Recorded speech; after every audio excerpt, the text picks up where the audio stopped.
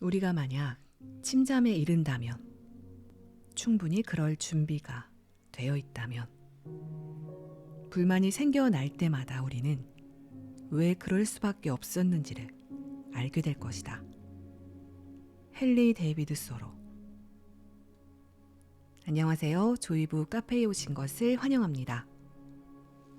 오늘은 제프 포스터의 명상의 기쁨이란 책을 가지고 왔습니다. 두려움과 만나는 법. 나는 두려움에 시달리고 있던 한 청년과 이야기를 나눈 적이 있다. 그는 자신의 삶에 갇혀 있고 창의성은 꽉 막혔고 내면이 악마들에게 억눌려 있다고 느꼈다. 그는 책을 쓰려는 꿈을 가졌고 그를 통해 자신이 생각하는 진실을 나누고 자신의 예술을 세상과 공유하고 싶어 했다. 하지만 매번 자신의 가슴이 지시하는 숭고한 길로 다음 걸음을 뗄 생각을 할 때마다 그의 온몸은 경직되어 갔다.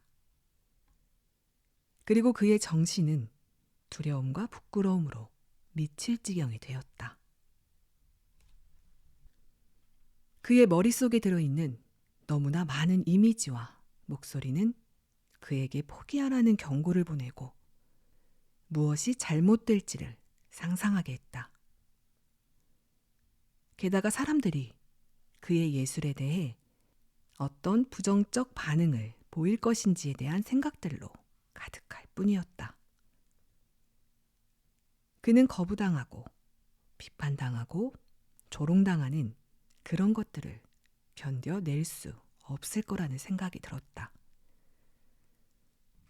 그는 자신이 사랑한 것을 행하는 데 대해 생각하는 것에조차 짓눌려 있었다. 결국 그는 삶으로부터 자신의 소명으로부터 몸을 숨겼다. 때로는 외출조차 할 수 없었고 몸은 경직되고 슬픔이 그를 휩쌌다. 나는 그에게 그의 가장 깊은 곳에 놓인 두려움 안으로 나와 함께 한 걸음 더 나아갈 수 있는지를 물었다. 그는 예스 라고 기꺼이 그러겠다고 대답했다. 나는 그에게 그의 머릿속에 들어있는 모든 이미지와 목소리들을 인식하도록 주문하고 그 모든 생각이 활발하게 일어날 수 있는 공간으로 그를 초대했다.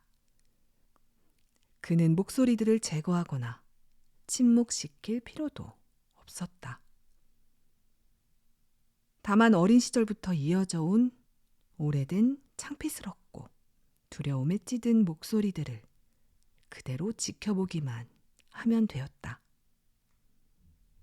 그 목소리들은 사실 그를 보호하려고 애썼고 그를 안전하게 지켜주려 애쓰는 것일 뿐이었다. 궁극적으로 그것들은 그의 생각도 목소리도 아니었다. 그것들은 그의 부모의 부모가 들은 목소리였다. 그것들은 그의 목소리가 아니라 선조의 목소리였다. 그리고 그는 달라졌다. 그는 성인으로서 지금 나와 함께 안전한 현재에서 이 목소리를 들을 수 있었고 이 겁에 질린 이미지들을 볼 수 있었다. 그리고 그것들을 진실이라고 받아들일 수 없었다. 그것은 그저 마음이 창작해낸 전시물일 뿐이었다. 그가 말했다. 고마워 마음아. 내가 보여준 것들, 이미지로 만들어진 너의 미래들, 너의 두려움들. 하지만 이제 난 더 이상 너의 노예가 아니야. 비로소 그는 그렇게 말할 수 있었다. 나는 그에게 지금의 그의 관심과 주의를 그의 몸으로 돌리라고 요청했다. 어떤 감각들을 만나고 싶었나요? 이 두려움은 어디에 살았습니까? 그는 자신의 복부와 가슴에 굉장한 무거움이 있다고, 수축과 압박감이 자신이 기억하는 한 가장 긴 시간 동안 느껴진다고 말했다.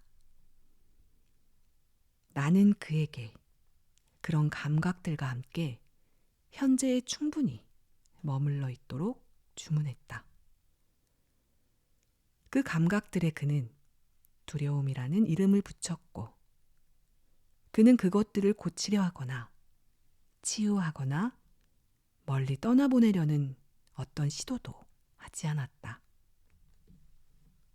나는 그에게 그것들을 위해 공간을 내어주고 그들이 살아있도록 허락하라고 주문했다. 그리고 그들 속에서 호흡하기를, 그들에게 산소를 공급해 주기를, 그들을 사랑 가득한 관심으로 축복하기를 요청했다. 그가 그들에게 사랑이 가득한 관심을 주면서 내게 말했다. 감각들이 격렬하게 움직이기 시작했다고. 에너지가 그의 몸 안에서 솟아오르고 있다고. 에너지가 밀려오고 있어요. 목 안으로, 머릿속으로. 좋아요. 그냥 따라가세요. 에너지가 움직이도록 내버려 두세요. 괜찮아요. 지금 모든 것이 나를 덮치고 있어요.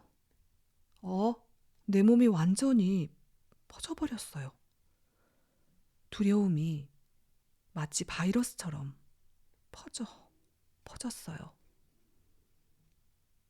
좋아요. 괜찮아요. 괜찮아요. 그걸 그냥 두세요. 그 모든 것 안에서 호흡하세요. 그건 그저 움직이길 원할 뿐입니다. 만나기를 원하는 것일 뿐입니다. 신뢰를 잃지 마세요. 안 돼. 더 이상 두고 볼 수 없어요. 이 두려움이 나를 죽일 거예요. 나를. 존, 여전히 살아있죠. 지금 말이에요. 지금 이 순간에. 나는 그가 마음으로부터 생각이 만들어낸 겁에 잔뜩 질린 미래로부터 빠져나왔다는 걸 알 수 있었다. 그리고 그의 몸속 안전한 곳으로, 우리가 공유했던 지금이라는 안전지대로 돌아갔다는 것을 알 수 있었다. 있어요. 전 여기 이곳에 있어요. 그것이 당신을 아직 죽인 게 아니죠? 지금 이 순간에 당신은 살아있죠? 네, 맞아요. 지금, 현재, 지금, 이 순간, 당신은 나와 함께 여기에 여전히 있습니다. 당신은 여전히 살아있어요. 그가 자신의 두려움에 대해 또다시 생각하기 시작했다. 그게 싫어요. 싫다고요. 다시 또. 좋아요. 그래요. 당신은 지금 여기에 여전히 있어요. 나도 당신과 함께 여기에 있어요. 우린 여기에 있어요. 그저 놓아두세요. 허락하세요. 그 순간 갑자기 두려움에 맞서던 그의 모든 저항이 떨어져 나갔다. 그는 미래에 대해 생각을 멈추었고 그의 몸 깊은 곳, 실내 속으로 빠져 들어갔다. 두려움은 여전히 현재에 있었고 그의 안에 살아있었다. 하지만 이제 그는 두려움보다 더 커져 있었다. 그는 두려움 안에 있지 않았다. 두려움은 그의 안에 있었다. 그는 두려움을 장악했다. 두려움은 더 이상 그를 장악할 수 없었다. 그는 두려움을 위해 마련된 공간이었다. 봐요. 당신은 이 모든 두려움을 허용했어요. 그렇지만 당신은 여전히 살아 숨쉬고 있어요. 이것이 당신의 힘, 두려움과 함께 존재하고 두려움을 장악하고 두려움을 위한 공간을 마련해주는 당신의 능력입니다. 신기하네요. 난 여전히 여기 있어요. 두려움이 나를 죽이지 못했어요. 난 내가 죽을 거라고 생각했어요. 지금은 어떤 느낌이 들어요, 존? 불안하고 따뜻하고 얼얼하고 살아있는. 그는 견딜 수 없는 것과 정면으로 마주하는 용기를 자신 안에서 발견했다. 그리고 그는 그것을 견뎌낼 수 있었다. 아름답게 별달리 애를 쓰지 않고도. 그래요. 이제 당신은 알게 됐어요. 두려움과 만나는 법을요. 두려움을 정면으로 응시하는 법. 두려움과 함께 현재에 존재하는 법. 두려움을 신뢰하는 법. 두려움을 당신 안으로 이동시키는 법. 두려움은 안전해요. 당신의 몸은 무엇을 해야 하는지를 압니다. 두려움은 당신을 해칠 수 없어요. 존, 두려움은 당신을 긴장시키고 불편하게 하고 겁을 주죠. 당연한 일입니다. 그러나 두려움은 진짜 당신을 해치지 못해요. 해칠 수가 없어요. 그래요, 맞아요. 난 이제 내 몸 전체를 느낄 수 있어요.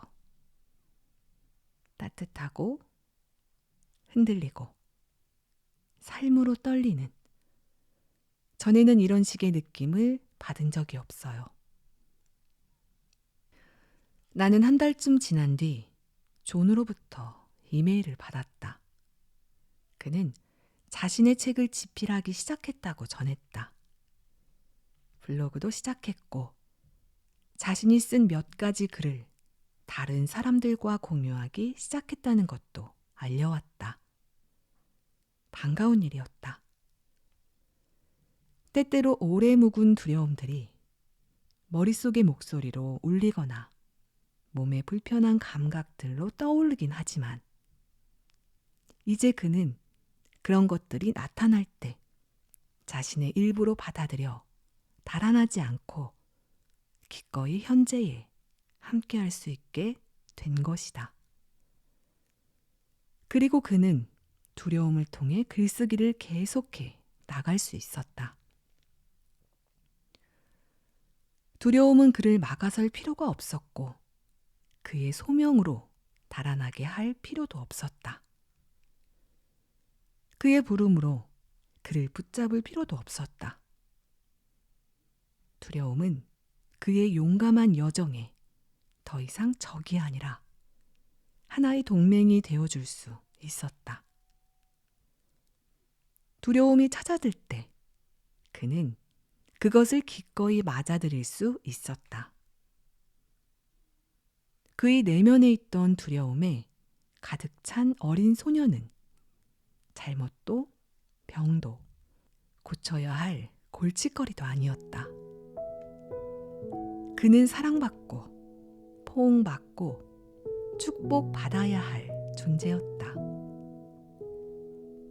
두려움이란 이름을 가진 소년의 방문은 이제 두려운 일이 아니라 축하할 일이었다. 존은 자신의 가장 깊은 두려움과 만나기 위해 몸을 돌렸고 자신을 파괴할 거라고 상상한 어둠의 존재에 맞섰다. 대신에 그것은 그에게 새로운 생명과 새로운 창조의 힘을 가져왔다. 낭독은 여기까지입니다. 끝까지 함께 해주신 여러분 감사합니다. 사랑합니다.